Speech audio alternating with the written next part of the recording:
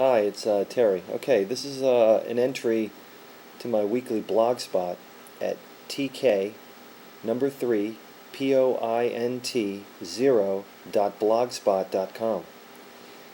So please go there and follow me. Twitter, Facebook, you name it. Just do it. Follow me. And this entry this week, as a matter of fact, I have a written entry that just went in today on functional diagnostics, but this entry will come up quite soon, and it's on the picking diet.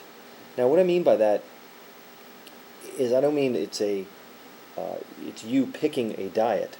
What I mean is there's a phenomenon out there in the metropolitan area around New York City. I haven't noticed it anywhere else, but mainly in this area, that women in particular don't actually eat a meal.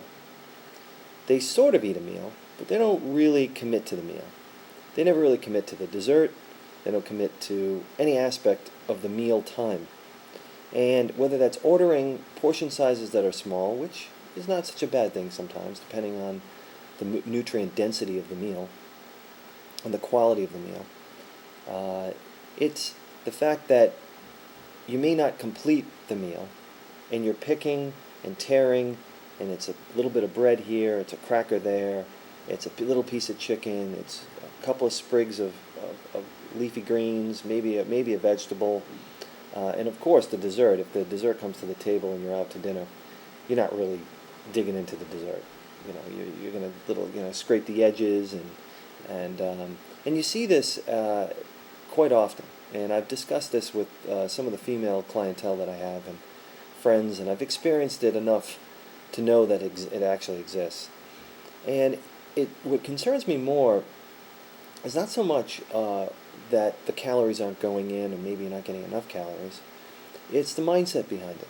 It's what makes you think, or as a woman, or even as a man, if you do this, that picking is the answer to getting your caloric needs or your nutritional needs met. Now, I know you're probably not thinking caloric needs and nutritional needs, but for those of you that are active, that follow blog spots like this, like mine, you're more than likely in the area of, or the school of thought of, calories out, calories in. The less I put in, the more I put out, the easier or the more acceptable I see my body, or the more acceptable I can live my life in relation to food. And that's not necessarily a very long-term healthy thing. And I'll give you a quick reason why. Is that your body, when it's nutrient deprived, when it's caloric deprived, has a stress response. And you know, as well as I do, that we're all trying to control stress. We're all trying to understand and quantify stress.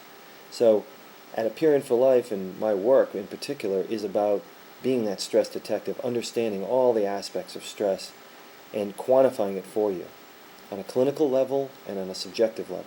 So, when it comes to actually eating a meal, by not eating enough calories, or not eating the right combination of calories, not getting enough carbohydrate or fat in your diet, or even protein, the body is reacting to that.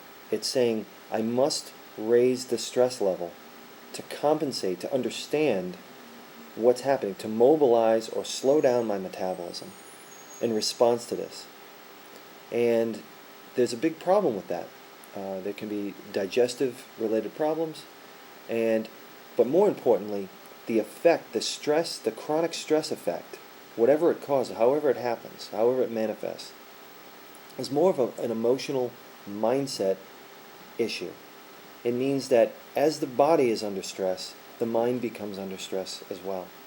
And we all know that emotional-related challenges, stressful-related situations related to family, occupation, are quite common.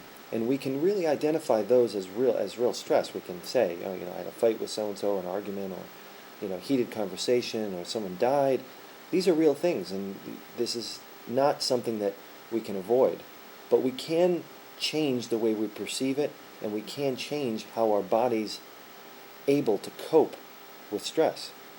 And this is my intention, is to tell you that the skill sets and the service offerings that I and my company offer are real quantitative and qualitative ways of understanding stress.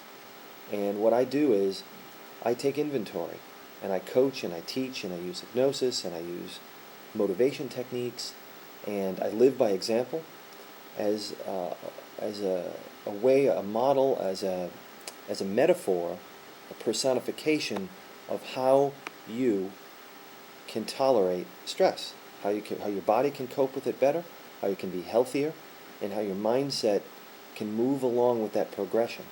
And your confidence level goes up, and your trust in yourself, the trust in your body, improves. So that services like mine have been an adjunct, have been a catalyst in your life, but not something that you absolutely need. And some of the coaching programs I have offer, a more expensive front-end loaded type experience where there's a lot more time and energy placed.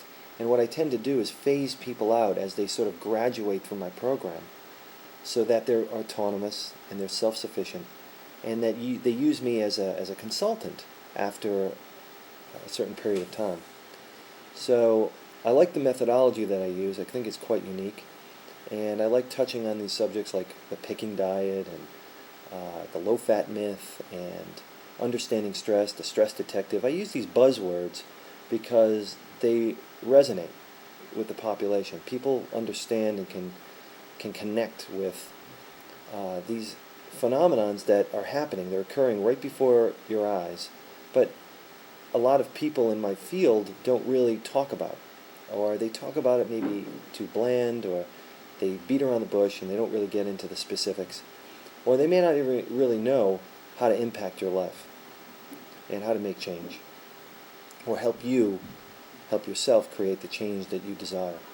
So do me a favor, follow me on Twitter, follow me on Facebook, follow me on my blogspot, and give me a call at 888-MY-APERION or 212-784-6816.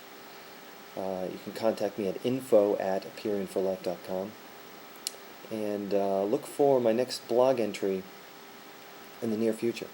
This will probably be next week sometime, but definitely you're going to get 1 or 2 blog entries each week.